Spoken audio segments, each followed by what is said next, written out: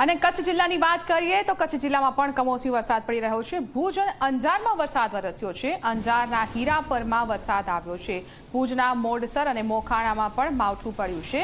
તો જે રીતે હવામાન વિભાગે આગાહી કરી છે, સૌરાષ્ટ્ર અને કચ્છના કેટલાક પંથક છે તેમાં વરસાદ વરસી રહ્યો છે।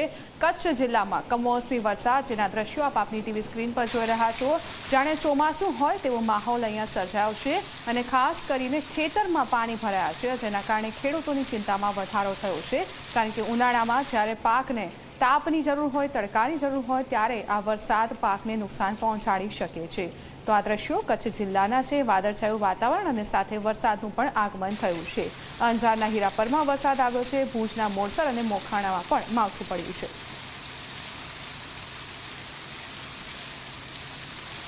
તો કચ્છ જિલ્લામાં કમોસમી વરસાદ આવ્યો છે। અંજારના કોટડા ગામે પવન સાથે વરસાદ આવ્યો છે। કચ્છના વિવિધ પંથકમાં વરસાદનું આગમન થયું છે। અંજારના કોટડા ગામે પવન સાથે વરસાદ આવ્યો છે। સમગ્ર પંથકમાં ભારે પવન સાથે વરસાદ આવ્યો છે। લગભગ 40થી 50 કિલોમીટર પ્રતિ કલાકની ઝડપે પવન ફૂંકાવાની આગાહી હતી। ધૂળની ડમરી સાથે વાવાઝોડાની પણ આગાહી હતી અને એવા જ કંઈક દ્રશ્યો કચ્છના અંજારના કોટડા ગામેથી સામે આવી રહ્યા છે।